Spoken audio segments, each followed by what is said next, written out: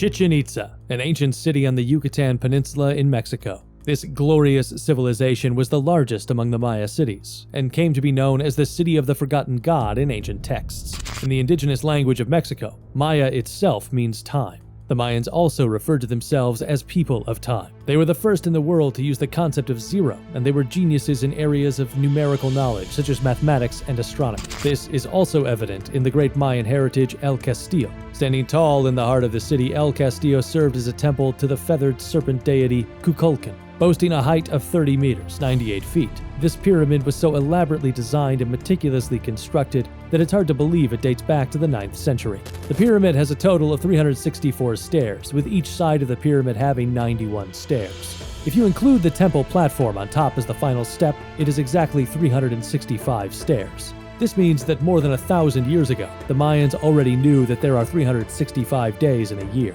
This was a concept that could only be understood with the help of advanced mathematical and astronomical knowledge at the time. El Castillo is also famous for its bizarre phenomenon that can be observed at a certain time every year. When the sun rises, we can see shadows descending from the northern steps, as though a serpent is crawling underground. This is the result of a careful mathematical calculation of numerous parts, such as the placement of the building, the position of the sun, and the shadows. It is said that the illusion of Kukulkan served as a divine message sent to the Maya people, as a signal to begin or to end their farm work. However, the Maya people's largest focus did not require any sort of knowledge of astronomy or mathematics. I'm talking, of course, about the sacrifices. The Maya people are famous for having sacrificed human beings in order to appease the gods. By looking into the ruins and culture left by the Maya people, we can see more detailed examples of it. We have the Temple of the Warriors, where the removal of the sacrifice's still-beating heart was performed. Juego de Pelota, a ballpark in which the winner of a special game was given a chance to sacrifice themselves.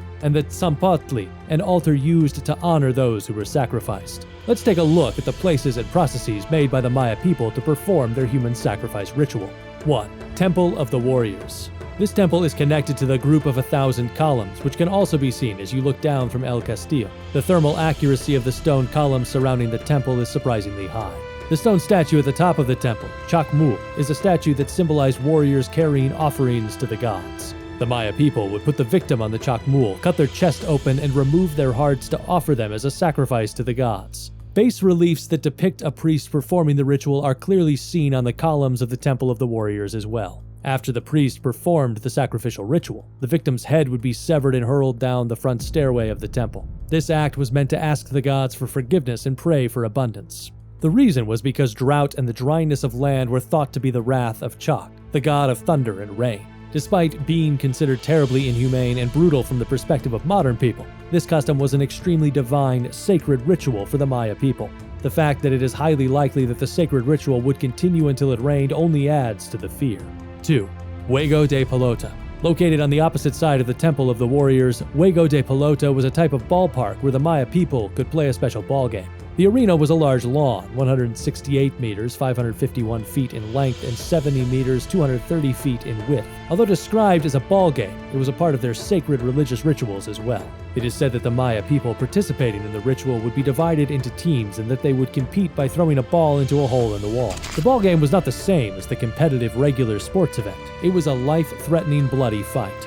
The reason was none other than the human sacrifice ritual that immediately followed the match. After the game was over, the winning team would be the sacrifice, not the losing team. The captain of the winning team would climb up the altar themselves. To the Maya people, sacrificing their own lives to God was considered one of the most honorable achievements in their lives. Offering their heart after winning in a God-honoring ritual was indeed the highest honor a Mayan could achieve. The warriors participating in the ballgame did not hesitate to train extremely hard to achieve this honor, and even sacrificed themselves during the game. You might think that losing would be better since the winning team would get sacrificed, but on the contrary, the losing team suffered a disgraceful death penalty. To them, this ballgame was the same as playing with their lives to fight for honor. 3. Tzampotli. Tzampotli, meaning skull rack, was an altar used to honor those who were sacrificed. The skull pattern engraved on the wall is said to symbolize the sacrifices and offerings. The heads of the victims displayed on the Tzampotli were available for everyone to see, regardless of social class. It is believed that the purpose of showing the victims, who had been gloriously sacrificed to the gods, was to provide a sense of purpose as well as motivation in life. However, that was not the only purpose. They would also display the heads of prisoners of war, as well as the heads of those who lost in the Juego de Pelota match. This is said to have instilled fear and reverence among those in the lower social class. These are the reasons behind the saying, "The blood spattered on the Tzompantli in Chichen Itza had never dried up for 365 days of the year." To this day, archaeological research is actively performed in Chichen Itza, a historical site designated as one of the 7 wonders of the world. Particularly, there are continued efforts to find the secret cave, which is said to be underneath El Castillo. Knowledge that goes beyond centuries, a worldview that looked to the universe beyond the sky, combined with everyday human sacrifices. The brilliant yet ruthless culture left by the Maya people remains a holy grail to the archaeology community, leaving questions unanswered to this day. Was the Maya people's subject of worship, for whom the human sacrifice rituals were performed, an imaginary god? Or was there an overwhelmingly powerful being that existed in real life and required human sacrifices? This has been Strange Night.